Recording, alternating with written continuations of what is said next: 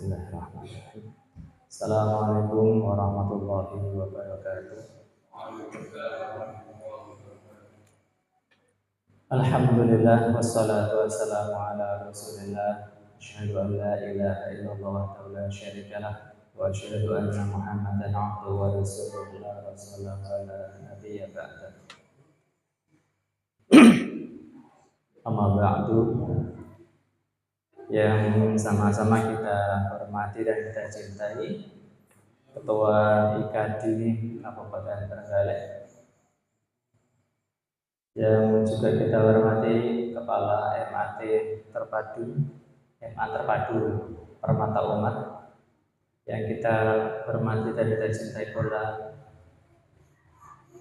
Ketua Takmir Masjid Ummul Qura dan juga Mudir Ma'had Tahfizil Quran Ummul Qura, dan tidak lupa Kepala Cabang LMI Kabupaten Trenggalek, Bapak dan Ibu jamaah pengajian Ahad malam yang Allah rahmati. Bersyukur kita bisa melanjutkan ibadah kita dalam thalabul ilmi. Kita sudah menuntaskan ibadah mahdhah berupa sholat maghrib berjamaah, plus kita lengkapkan dengan sholat sunnah rawatib yang sangat masyhur, yaitu ba'diyah maghrib. Selanjutnya kita menunggu waktu isya sambil belajar din yang kita imani dan kita yakini, yaitu al-Islam. Sebagaimana tema atau judul yang telah Bapak Ibu terima melalui flyer yang telah disosialisasikan, kita akan belajar tentang continue belajar agama. Bapak Ibu yang dirahmati Allah, sebagian kita barangkali telah familiar dengan istilah pendidikan seumur hidup, ya. At-tarbiyah maddal hayah, atau kalau orang barat menyebutnya education, long life education, pendidikan atau pembinaan seumur hidup. Sangat penting kita selalu memupuk semangat thalabul ilmi, karena berbagai kerusakan yang terjadi di sekeliling kita, ya, itu tanpa diprogram pun mereka atau saudara-saudara kita yang khilaf itu dengan gampang melakukan tindakan perusakan. Sementara kita yang berjuang membangun peradaban, para pegiat dakwah dan juga pembinaan mental dalam berbagai yayasan, institusi apapun, itu harus bersungguh-sungguh dalam menggapainya, dalam mengusahakannya. Mari di waktu yang sangat singkat ba'da maghrib sampai isya ini, kita akan belajar bagaimana agar kita menjaga atau terjaga semangat kita dalam belajar Islam, alias continue atau istimrar, ya, melintu itu bahasa Jawanya, ya ajek gitu, sehingga kita tidak kecolongan akan berbagai hal negatif yang bisa saja mengenai kita sewaktu-waktu. Yang pertama, Bapak Ibu jamaah yang dirahmati Allah, bagaimana agar kita terjaga kontinuitas amal belajar kita dalam agama ini. Yang pertama, mari selalu meluruskan niat. Alhamdulillah, madrasah ilmu. Kadang kita lupa, ya, hal sepele diberi sesuatu itu kita lupa mengucapkan terima kasih, ya. Yang pertama, luruskan niat dalam belajar. Niat itu apa ya Bapak Ibu? Gampangnya niat itu kalau dalam bahasa manajemen modern, visi.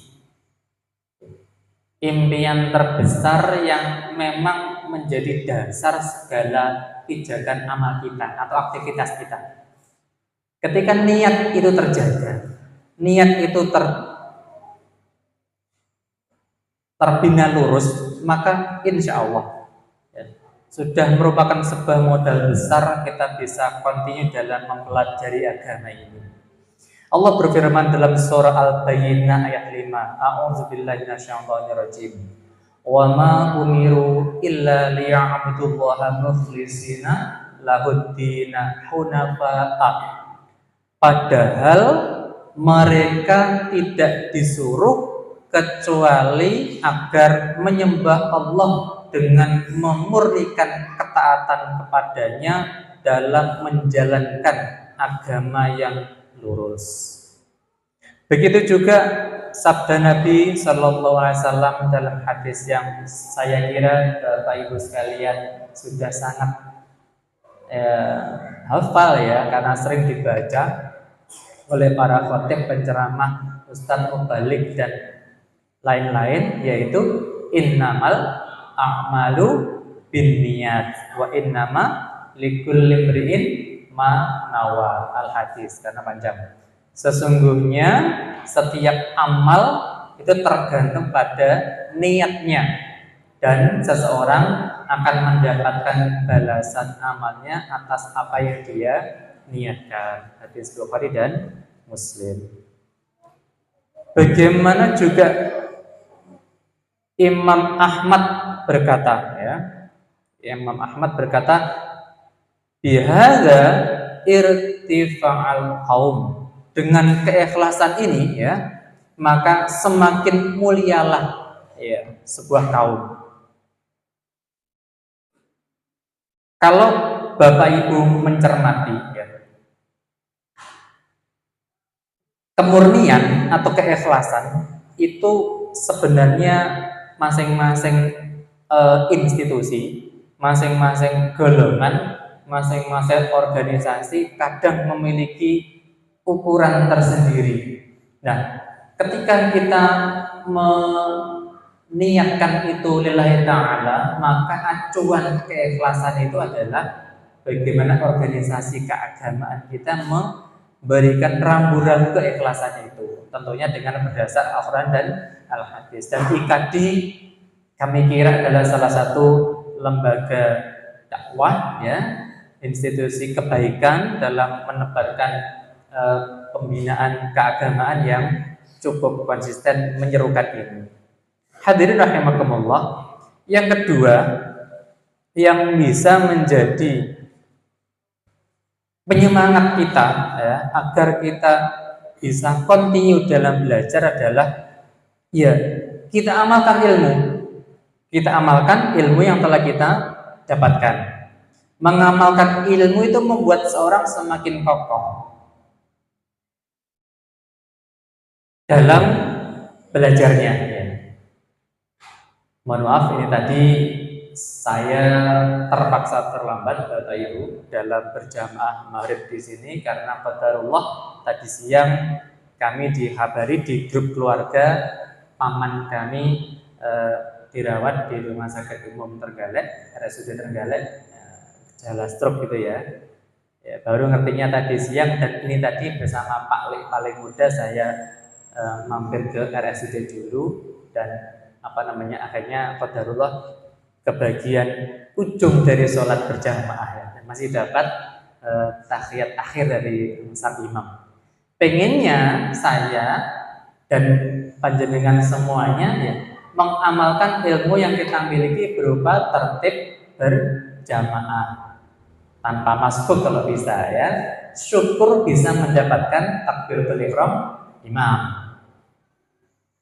Berat enggak Pak kira-kira? Bisa enggak panjenengan konsisten gitu sepekan itu aja ya, tidak kehilangan takbiratul ihram dari sang imam? Bisa kira-kira? Bisa Pak, saya imamnya. Oh alhamdulillah ya. Tetapi ya, dan itu biasanya Bapak sekalian, coba panjenengan bisa searching ya di googling mungkin di Google atau juga bisa di YouTube. Panjenengan coba ketikkan servo mekanisme. Itu intinya orang itu akan mendapatkan sesuatu sesuai dengan yang biasa dia dapatkan. Orang yang biasa dapat bejo terus ya, dapat untung itu biasa. Aku optimis nanti aku di pom ndak antri. Qadarullah ya ndak antri, padahal orang biasa ngantri.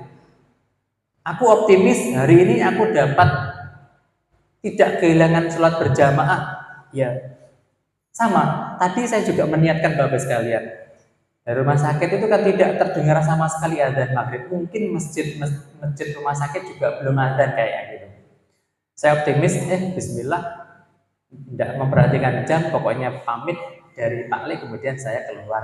Insya Allah masih dapat sholat berjamaah maghrib di Masjid Ummul Qura ini gitu.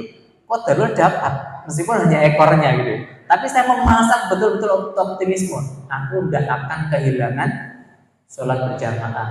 Ya betul, tidak kehilangan meskipun hanya dapat buntutnya gitu ya. Ya, coba nanti panjenengan lihat YouTube bagaimana penjelasan tentang servo mekanisme itu. Mengamalkan. Saya sekali lagi dan panjenengan saya kira juga sangat ingin mengamalkan apa yang telah kita pelajari.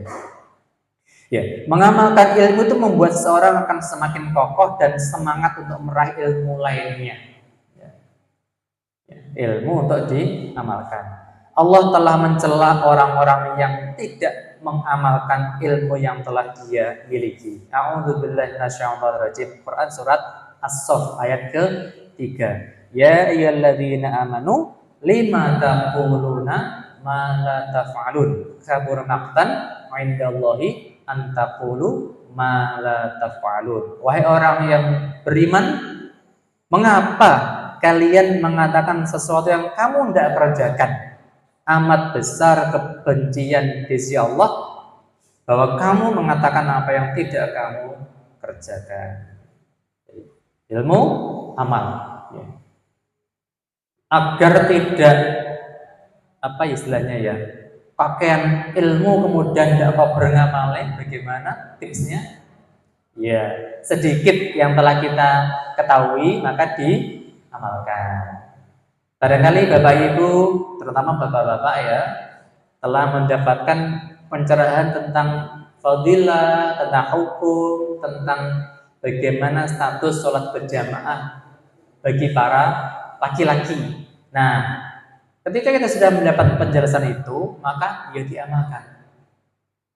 Berikutnya barangkali akan mendapat penjelasan selain sholat wajib 5 waktu, maka sangat ditekankan kita untuk melaksanakan sholat sunnah rawatib.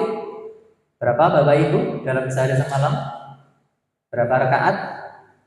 Sehari semalam kita sholat rawatib ba'diyah dan qobliyah berapa rakaat? 10 rakaat totalnya atau 12? Ya. Kalau kita hitung dari maghrib, 2 rakaat setelah maghrib, 2 rakaat setelah isya, 2 rakaat sebelum subuh, 2 rakaat sebelum duhur, 2 rakaat sebelum duhur alias 4 rakaat ya, 2 kali 2 rakaat sebelum duhur dan 2 rakaat setelah zuhur. Itulah hadis yang masyhur 12 rakaat ketika kita ingin sempurnakan ibadah rawatib kita. Meskipun sunnah. Ya. Kalau pengen 10 sama dengan tadi, hanya saja qobliyah maghrib atau sebelum qobliyah zuhur atau sebelum duhur hanya 2. Bagi Bapak Ibu yang mohon maaf, yang bukan karyawan ya, yang pekerjaannya relatif longgar atau bisa memanage waktu sendiri, ya mohon maaf, rugi kalau tidak bisa melakukannya. Ketika panjenengan dan saya telah mendapatkan hadis atau keterangan tentang bagaimana jumlah rakaat sholat sunnah rawatib dalam sehari semalam. Termasuk bagaimana Bapak Ibu sekalian, terutama bapak-bapak, tentang hukum Jumatan. Semoga kita yang sudah sering ikut kajian, nggak lagi ada yang terlambat Jumatan. Nah, ibu-ibu barangkali kan tidak tahu ya, belum pernah ya mungkin ya, belum pernah Jumatan. Pernah, ada yang pernah ya, alhamdulillah. Jadi kadang-kadang saya itu mencermati kaum hawa, kaum ibu-ibu karena tidak pernah Jumatan, bahkan mungkin juga belum pernah mempelajari bagaimana dan apa itu Jumatan, sehingga memang memahaminya kurang. Ketika sebuah institusi, ya, tempat kerja di mana ada bapak, ibu, dalam satu kantor, lah itu kan berbeda. Ibu-ibu tidak kena hukum Jumatan, sementara bapak-bapak harus Jumatan. Jam 11 itu sangat, ya, 11 hari Jumat ya, itu kalau kita kerjaannya longgar, baiknya sudah benar-benar mempersiapkan dengan sebaik mungkin. Aku berusaha tidak ngantuk dalam mengikuti khutbah Jumat. Bapak Ibu tahu tipsnya agar tidak ngantuk dalam Jumatan ketika sedang khutbah? Tahu bagaimana? Pertama, jadilah khotib. Gimana? Ada nggak kira-kira khotib yang ngantuk? Ada, tapi relatif kecil kemungkinannya ya. Ada juga khotib ngantuk, tapi prosentasenya kecil. Ya. Kalau kita tidak jadi khotib, dan memang idealnya tidak selalu menjadi khotib Jumat ya, bapak-bapak yang mubaligh atau dai mestinya ada kalanya bapak-bapak juga tidak selalu menjadi khotib ya. Taruhlah kalau dalam jadwal Jumatan di Jawa kan biasanya menggunakan menggunakan pasaran itu ya untuk dengerin Jumat pagi, setelah itu Jumat Kliwon ya, dan seterusnya ya. Dan itu ketika dalam selapan selama 35 hari itu ada 5 Jumatan, coba misalkan seseorang dai itu 2 kali saja dalam menyampaikan khutbah Jumat sementara yang 3 mendengarkan. Karena kadang-kadang orang itu sudah bisa menjadi pembicara yang baik, tetapi beliau belum bisa menjadi pendengar yang baik. Sudah sangat tarik-tarik, bagus dalam menyampaikan ceramah atau khutbah, tetapi ketika posisinya menjadi jamaah sebagai mustami', sebagai pendengar, kadang yang bersangkutan belum bisa menjadi pendengar yang baik. Misalkan ngomong sendiri, ya, misalkan main HP sendiri. Jadi HP-nya dipegang bukan mencatat di HP, tetapi memang scrolling HP gitu ya.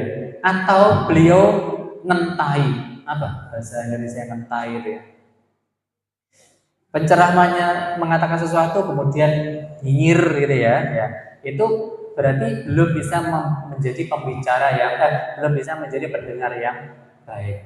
Tetapi kadang-kadang memang di sebagian tempat itu keterbatasan penceramah sehingga setiap Jumat itu wajah yang menjadi khotib gitu ya. Bukan berarti yang bersangkutan tidak mau, tapi bukan yang bersangkutan serakah dengan jadwal, tapi karena yang lain tidak terso, akhirnya terpaksa beliau lagi begitu. Ya, itu yang kedua. Bapak Ibu sekalian, yang ketiga, bagaimana agar kita bisa continue dalam beramal? Bergaullah dengan orang-orang solih. Pernah mendengar istilah kenakalan remaja? Sebenarnya kenakalan orang tua pun juga bisa disebabkan karena salah pergaulan ya. Ada nggak orang tua umurnya sudah 50 tahun ke atas, bahkan 60, tapi kemudian masih belum khusyuk beribadah, masih terlihat jauh dari agama? Ada tidak Bapak Ibu? Apa itu? Gaplek, peringkilan, ya? Artinya tuwek, peringkilan, tuwek petakilan. Ya kadang saya sudah juga ya sudah berumur ya, artinya sudah tidak. Tetapi betul Bapak sekalian, karena lingkungan pergaulan hari-hari ini, mohon maaf, saya mencermati sebuah lingkungan yang di situ hampir tiap hari, mohon maaf tidak saya sebutkan lingkungannya apa, karena itu untuk menjaga kode etik jurnalistik gitu ya. Judi kalau misalkan. Bahkan pagi, siang, malam lingkungan itu judi. Pakai uang, ya. Pakai uang. Apalagi hari-hari ini lingkungannya itu kan banyak petani cengkeh, dan cengkeh hari ini lumayan laku ya gitu. Jadi beliau kerja keras itu, setelah bisa dapat cengkehnya, baik buruh atau mutek di rumah sendiri, kemudian dijual, uangnya buat apa? Judi. Nauzubillah ya. Kenapa? Karena memang biahnya mendukung, lingkungannya mendukung. Toleh ke kanan, ya ketemu dengan si A, sing ahli judi. Toleh ke kiri, dengan si C yang ahli main uang. Akhirnya kan tidak bisa keluar dari lingkaran itu. Padahal pergaulan sangat menentukan baik tidaknya semangat orang dalam belajar agama. Allah berfirman dalam surah Ali Imran ayat 101. Bagaimana mungkin, artinya bagaimana mungkin, tidak mungkin artinya, kalian jadi kafir sedangkan ayat-ayat Allah dibacakan pada kalian dan Rasulnya pun berada di tengah-tengah kalian, dan barang siapa yang berpegang teguh kepada agama Allah, maka sesungguhnya dia telah diberi petunjuk ke jalan yang lurus. Allah juga berfirman dalam At-Taubah 119, dan ini ayat yang sering dibaca oleh para mubalik dalam memotivasi agar kita menjadi bagian ya dari komunitas kebaikan. Ya ayyuhalladzina amanu taqullaha wa kunu ma'as shodiqin. Hai orang yang beriman, takwalah kalian semuanya pada Allah, dan hendaklah kamu ya kalian membersamai komunitas shodiqin, orang-orang yang benar atau jujur. Hadis terkenal tentang bagaimana pergaulan itu sangat mempengaruhi kita, orang-orang yang berkecimpung dalam dunia pergaulan ya, adalah hadis sahih Imam Bukhari tentang perumpamaan pertemanan. Saya kira ini juga sebagian kita sudah sering kali mendengarkan. Seorang yang duduk atau berteman dengan orang soleh dan orang yang tidak soleh adalah bagaikan berteman dengan pemilik minyak mis dan pandai besi. Pernah dengar ini ya?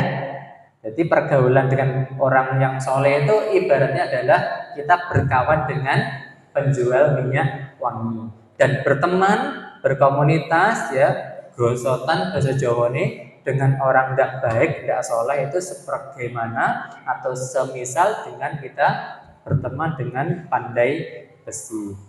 Ini mohon maaf, bukan berarti kita mendiskreditkan profesi pandai besi, tidak, tetapi kan bisa dijelaskan maknanya. Berikut ini, jika engkau tidak dihadiahkan minyak mis olehnya, minyak wangi olehnya, engkau bisa membeli darinya atau minimal dapat baunya, ya kan? Berteman dengan penjual minyak wangi, ya kalaupun tidak diberi kan kita dapat ya sedap wangi semerbak harum baunya ya. Dan berteman dengan orang tidak baik itu seperti berteman dengan pandai besi. Jika engkau tidak mendapati badan atau pakaianmu hangus, minimal engkau dapat baunya yang tidak enak. Hadirin, Al-Fudail bin Iyad, salah satu ulama soleh zaman dahulu, mengatakan nazrul mu'min ilal mu'min yaj'lul qulbah.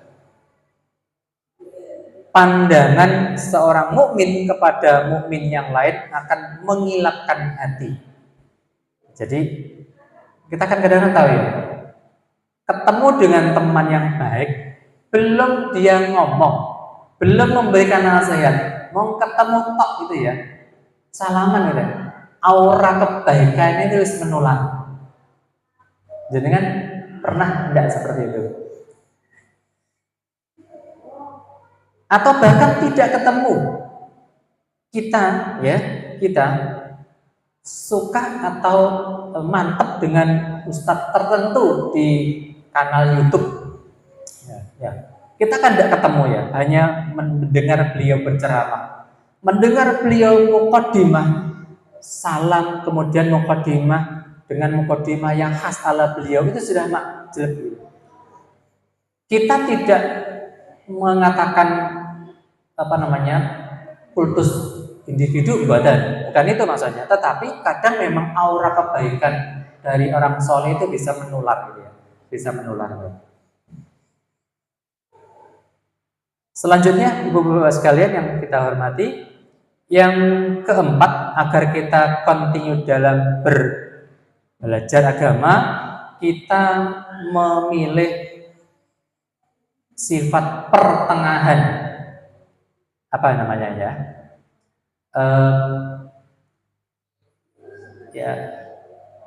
Tawasud ya, tawasud, enggak terlalu ekstrim ya, kanan maupun kiri. Artinya di antara sebab orang yang cepat futur ya, futur itu futur itu berhenti setelah sebelumnya jalan ya. Futur itu pasif setelah sebelumnya itu aktif. Kenapa? Pedot ya. Bobrok, rontok ya. Bolone udah teko ngendi-endi, temenggah malah balik kanan tadi ya. Padahal ketika kita berada ibaratnya kita berada di jalan atau di jembatan, itu tidak ada kata lain kecuali jalan ke depan, meskipun semampunya ya, tidak harus berlari. Ya, di antara sebab orang cepat futur adalah mengambil sikap yang ekstrim ya. Terlalu mempres dirinya dengan belajar tanpa kenal waktu, mempengnya kelewatan sehingga merusak badan dan malah justru akan merugikan diri sendiri ya. Ini contohnya hadis Ahmad dengan sanad hasan. Rasulullah SAW bersabda ini dalam beliau menasihati sahabat Abdullah bin Amr ya. Linafsika 'alaika haqqun wa ali ahlika 'alaika haqqun. Buat dirimu ada hak yang mesti diperhatikan, begitu pula dengan keluargamu memiliki hak untuk diperhatikan. Jangan selalu kita beribadah yang memberatkan diri, padahal diri kita juga perlu istirahat, atau kita melalaikan keluarga karena kita terlalu ekstrim dalam hal ibadah. Ambil sikap pertengahan. Yang penting jalan. Yang penting meskipun sedikit continue ya, istiqomah. Melintu corong gunungnya kan, melintu gitu. Badi kadang oke, kadang oke banget. Jadi ya, dodolan kadang payu ini oke, kadang akeh banget.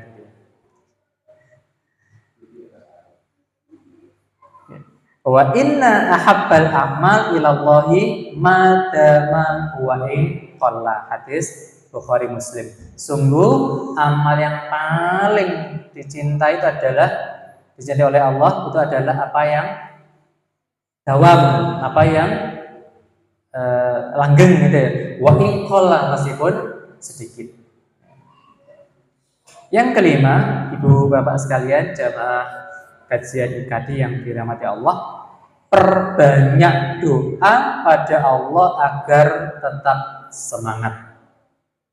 Panjenengan kalau di dunia maya menyemangati orang lain gitu ya, apa di platform medsos tertentu atau di grup-grup WhatsApp apapun Telegram, semangat bro, semangat mas gitu. Itu harus dengan apa? Keikhlasan ya guys.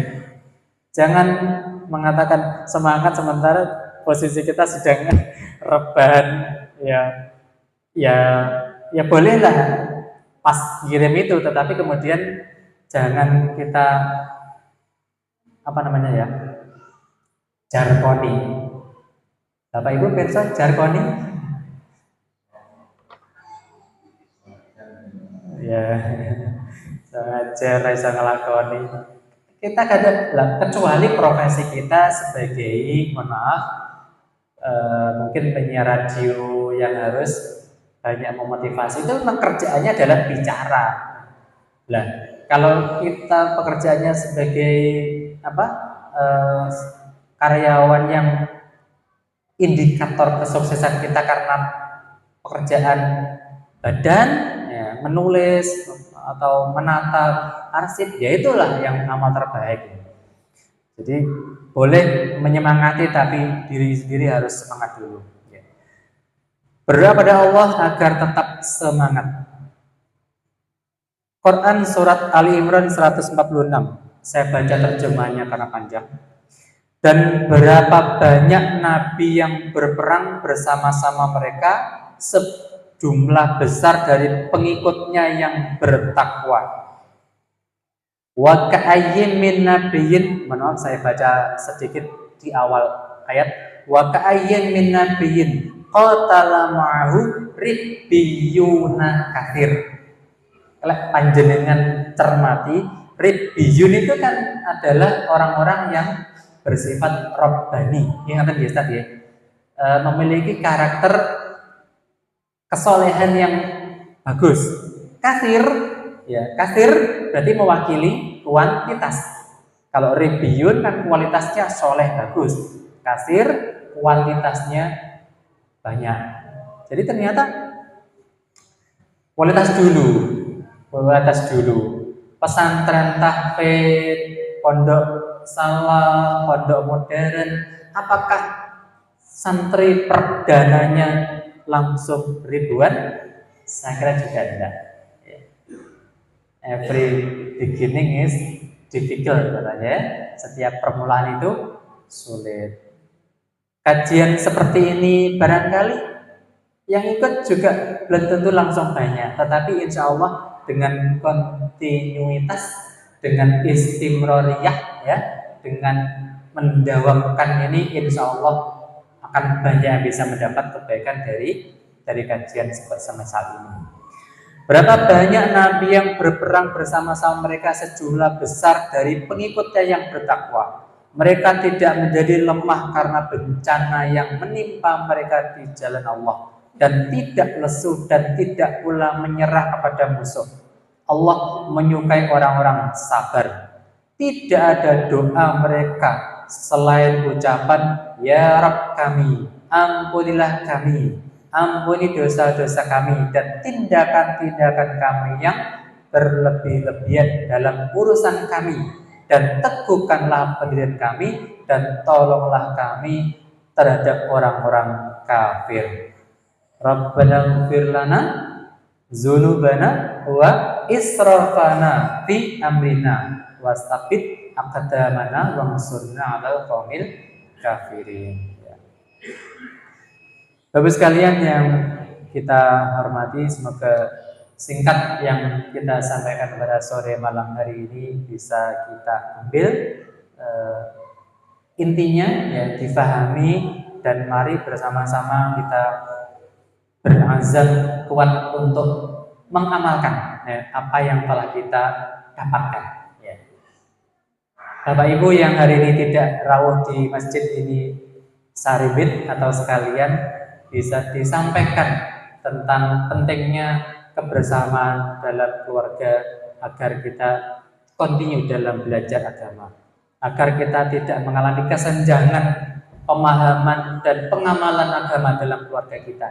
Ya, sangat tidak pas ketika sang suami sudah sangat lama belajar dan banyak mengamalkan din ini, kemudian sang bunda atau ibu atau istri yang merupakan sosok yang sangat dekat dengan anak-anak yang menjadi generasi penerus keluarga itu, kemudian masih sedikit dalam pemahaman apalagi tentang pengamalan. Semoga kita menjadi keluarga-keluarga yang matching ya, sesuai antara suami istri akan pemahaman dan pengamalan din ini. Semoga Allah memudahkan kita mencapai kebahagiaan tersebut. Allahumma amin. Mari kita berkasih karena sudah masuk waktu Isya. Semoga Allah meridai kita semuanya.